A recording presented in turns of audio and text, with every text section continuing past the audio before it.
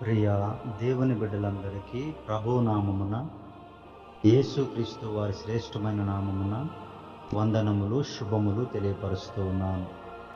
యోహాను సువార్త 1వ అధ్యాయము 12వ వచనము. తనను ఎందరు అంగీకరించిరో వారికందరికీ, అనగా తన నామమునందు విశ్వాసముంచిన వారికి దేవుని పిల్లలగుటకు ఆయన అధికారము అనుగ్రహించెను. అపోస్తలుల కార్యములు 2వ అధ్యాయము 38వ వచనము. పేతురు, మీరు మారుమనసు పొంది పాప క్షమాపణ నిమిత్తము ప్రతి వాడు యేసుక్రీస్తు నామమున బాప్తిస్మము పొందుడి, అప్పుడు మీరు పరిశుద్ధాత్మ అను వరము పొందుదురు.